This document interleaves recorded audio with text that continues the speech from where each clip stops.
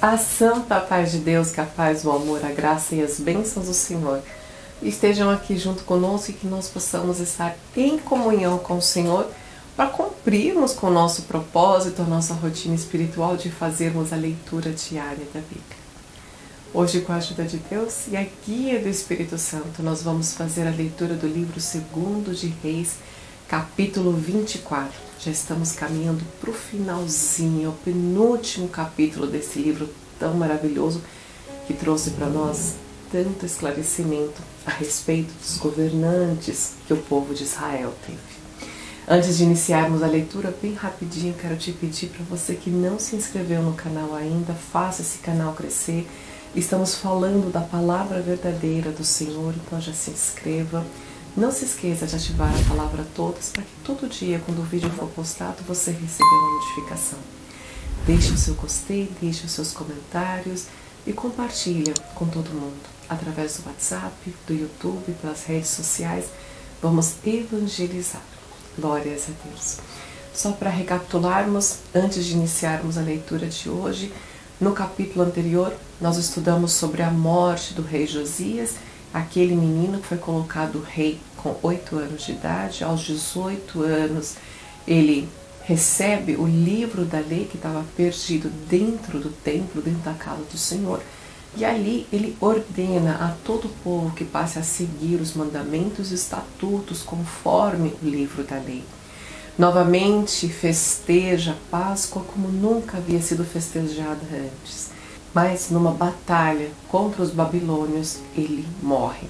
Então seu filho Joacás passa a reinar, reina por um período muito curto, porque o rei da Babilônia vai novamente contra Judá, toma o rei Joacás cativo, leva ele prisioneiro, e o rei da Babilônia levanta um rei entre o povo de Judá, que é irmão de Joacás, chamado Eliaquim, e simplesmente muda o nome dele para Joaquim. E nos seus dias subiu Nabucodonosor, rei da Babilônia, e Joaquim ficou 3 anos sendo seu servo. Depois se virou e se revoltou contra Nabucodonosor. Mas Deus enviou contra Joaquim as tropas dos caldeus e as tropas dos sírios e as tropas dos moabitas e as tropas dos filhos de Amon. Enviou contra Judá para a destruir, conforme a palavra que o Senhor havia falado pelo ministério de seus servos, os profetas. Glórias a Deus. Aqui está se cumprindo a palavra que o Senhor havia mandado através dos profetas, dizendo que o Senhor tiraria Judá também, assim como tirou a Israel de diante da face dele. Pelos pecados que seus reis cometeram, pelo derramamento de sangue inocente, pelo sacrifício que eles faziam a outros deuses, inclusive sacrifícios humanos, pela adoração aos deuses das nações.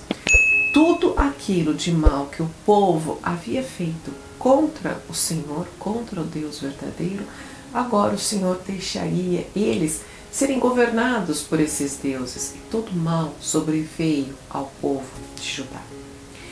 Durante esses 11 anos de reinado de Joaquim, muitas batalhas, muitas pelejas e principalmente muitas perdas. Ele perdeu o território, perdeu o povo e perdeu também o respeito. E a partir do verso 6 fala sobre a morte de Joaquim, de Eliaquim. Ele morre e o seu filho, também chamado Joaquim, reina no seu lugar. Joaquim tinha apenas 18 anos de idade quando começou a reinar, reinou por 3 meses e fez também tudo que parecia mal aos olhos do Senhor. Aí ele simplesmente estava sendo mais um fantoche nas mãos do rei da Babilônia. Babilônia foi uma cidade muito forte, o rei Nabucodonosor foi um rei muito forte.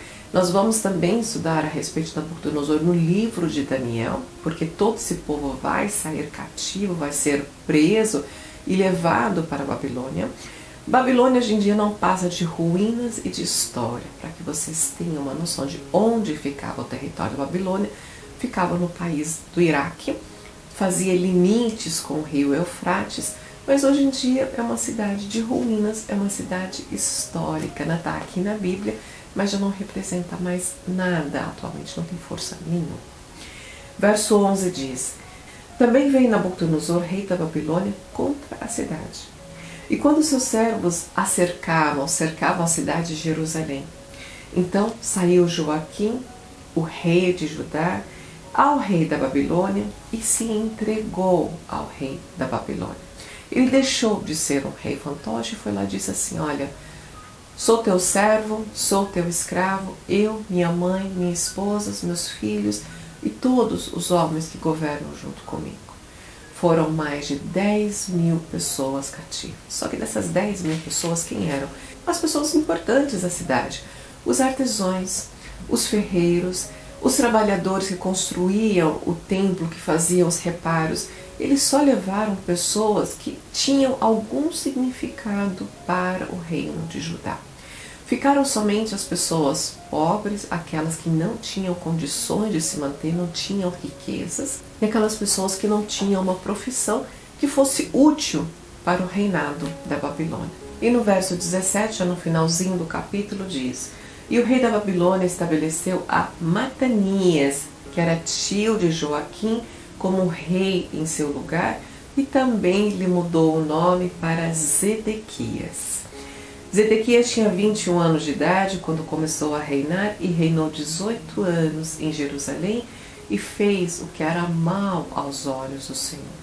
O último verso do capítulo 24, na verdade, é uma continuação do capítulo 25, é o início do capítulo 25, e diz assim: Pois assim sucedeu por causa da ira do Senhor contra Jerusalém e contra a Judá, até os rejeitar de diante da sua face.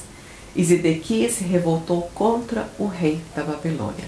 Zedequias faz uma revolta contra o rei da Babilônia porque eles estão sendo severamente massacrados pelo rei da Babilônia. Passando fome, passando necessidades, tudo de ruim sobrevia a eles, então ele faz uma revolta. E amanhã, no último capítulo, nós vamos ver o que acontece com essa revolta de Zedequias. Glórias a Deus. Assim termina o capítulo.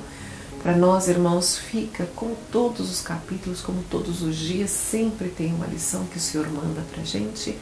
Aqui o Senhor nos mostra claramente como é triste nós sermos comandados por outras pessoas, quando nós não temos voz ativa, quando nós não temos confiança, quando nós não temos segurança e principalmente quando nós não temos Deus ao nosso lado guiando e nos instruindo. Eu sempre falo que o Senhor deixou para nós o livre-arbítrio, nada mais é do que o direito de fazer escolhas, e esses reis todos escolheram andar nos maus caminhos, se apartando de Deus, derramando sangue inocente, adorando aos deuses das nações, e o Senhor simplesmente diz: olha, não vou mais estar com vocês.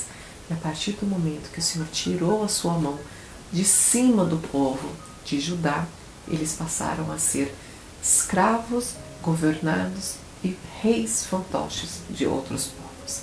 Mas que nós tenhamos a sabedoria vinda do alto para que possamos fazer escolhas muito sábias e nos mantermos no caminho de Deus. Que assim seja em nossa vida. Amém. Vamos orar e agradecer ao Senhor pelo estudo de hoje. Nosso Deus e nosso amado Pai, que habita nos mais altos dos céus, mais um dia, Pai, nos colocamos diante de Sua santa e gloriosa presença para Te render toda a graça, honra e louvor. Te agradecemos, Pai, por mais esse dia de vida que nos concedestes com tanto amor e pelo estudo da Tua Palavra. Que esse estudo, Pai, permaneça dentro do nosso coração. Que essas palavras, Senhor, sejam guardadas dentro de nós, para que nós nunca nos desviemos do Seu caminho, mas que possamos andar em retidão com o Senhor. Pai, livra-nos de todos os males, das tentações, dos perigos deste mundo e nos ajude, Senhor, a cumprir a Tua Palavra com alegria no nosso coração. Tudo mais que te pedimos e te agradecemos é em nome do Teu Filho amado que vive e reina eternamente. Por tudo, Deus seja louvado. Muito obrigada pela sua companhia. Deus te abençoe grandemente. Eu te espero amanhã para mais uma leitura diária da Bíblia. Um beijo. Tchau, tchau.